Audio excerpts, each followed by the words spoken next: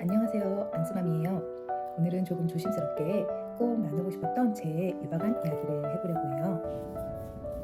먼저 전조 증상에 대해서 말씀드릴게요. 저는 이게 유방암이랑 연관이 있을까 싶기도 한 일들이 좀 있거든요. 근데 일단 그 당시 저한테 생긴 일들이니까 제가 이제 그걸 말씀드릴게요. 먼저 몸이 정말 많이 피곤했었어요. 그러니까 아이들 라이드하고 그때쯤에 뭐가 그렇게 바빴었는데, 그러니까 미국이다 보니까 이제 거리가 굉장히 멀거든요. 어디를 이렇게 왔다 갔다 하는 게. 근데 저는 이제 제가 지금 사는 데가 휴스턴에서 1시간 거리거든요. 그래서 그 1시간 거리를 한 일주일에 두세 번씩 왔다 갔다 했었어요.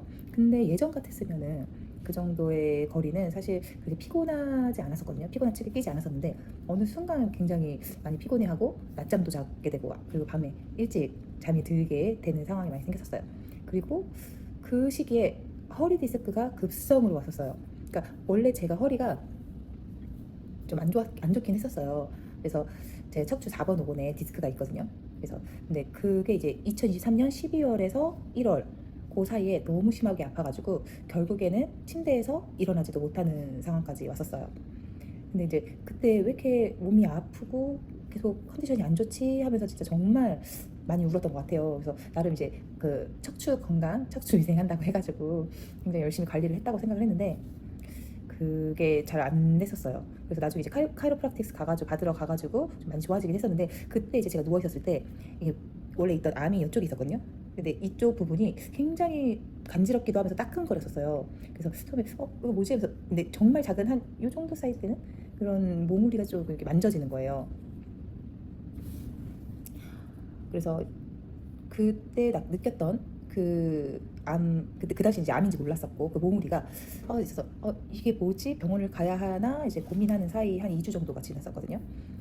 근데 이제 그 작은 몽우리가 이제 손가락 한 마디 정도, 한 이 정도, 이 정도로 이제 붓기 시작했어요. 그래서 그 부은 게 조금씩 좀 이렇게 쓰라리고 너무 아픈 거예요. 그래서 이제 유튜브를 저도 이제 찾아봤는데 이제 유방암은 통증이 없다고 하더라고요. 그래서 이제 저는 유방암이라는 생각을 전혀 안 하고 이거 피지낭종쯤 있겠다 생각을 했어요. 그래서 이제 2월 초에 클리닉을 가서 이제 PCP 닥터를 만나고 이제 그 닥터한테 이제 리퍼럴을 받아가지고 이제 추천을 받아서 이제 초음파 예약을 잡게 됐거든요.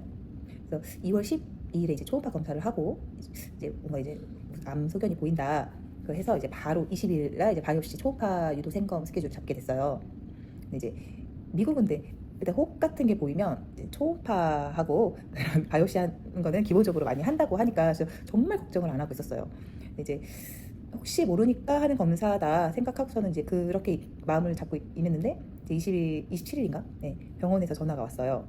그래서 우리는 이제 결과를 전화로 이제 알려달라고 했는데 이제 병원 측에서는 그렇게 할 수 없다. 니네가 직접 이제 와야 된다. 오피스로 와야 된다 해가지고 이제 오피스로 갔죠.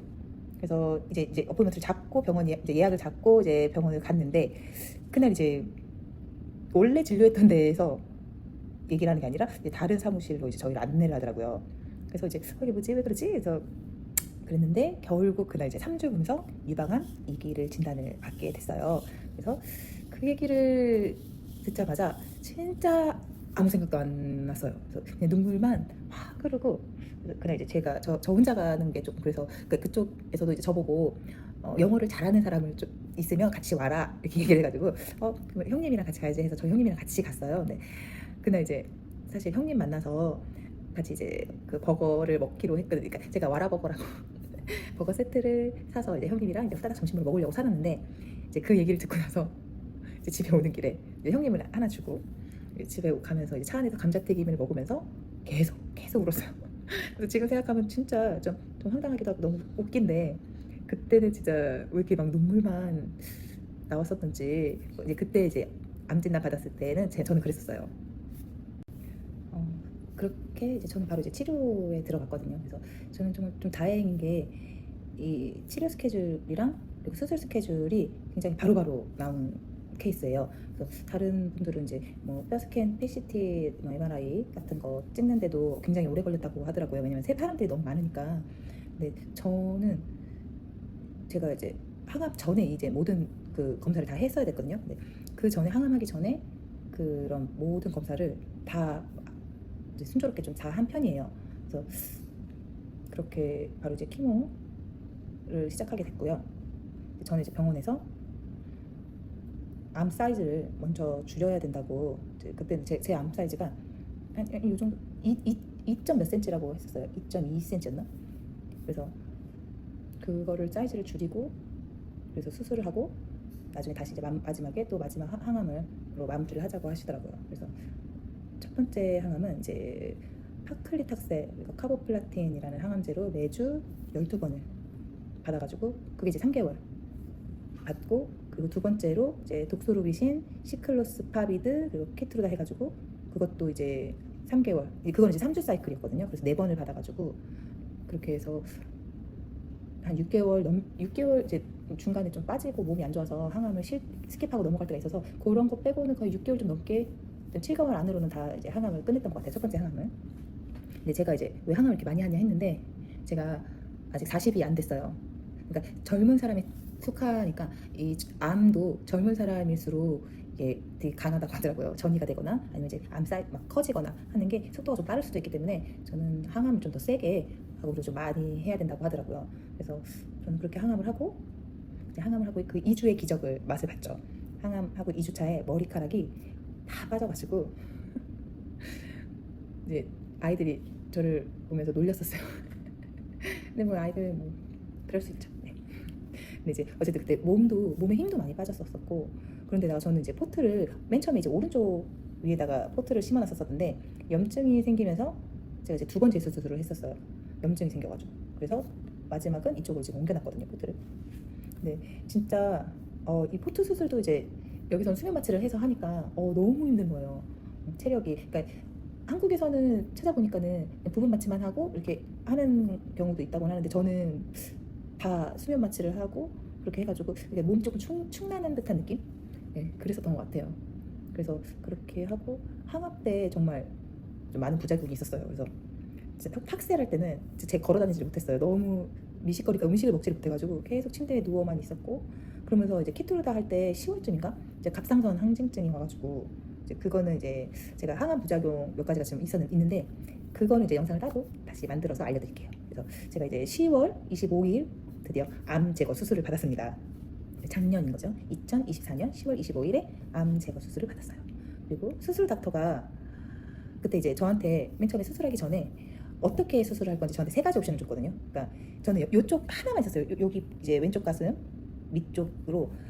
그래서 그거 암이 하나가 있었어가지고 저한테 여기만 부분 절개를 할 건지, 아니면은 왼쪽 가슴만 전절제를 할 건지, 아니면 양쪽 다 전절제를 할 것인지를 이제 옵션을 저한테 주더라고요. 그래서 정말 고민을 너무 많이 했었어가지고, 내 주변에 이제 한국 분들 중에 이제 암 쪽 이제 관련된 닥터들도 계시고 하셨어가지고, 그리고 또 아는 언니들한테도 그렇고 다 여쭤봤는데, 이제 저는 이제 3중 음성이기 때문에 재발할 위험이 조금 있다라는 생각이 좀 많이 기울어졌었어가지고, 저는 양쪽 다 이제 전절제를 하기로 했고, 동시에 가슴 확장기를 같이 설치를 했었어요.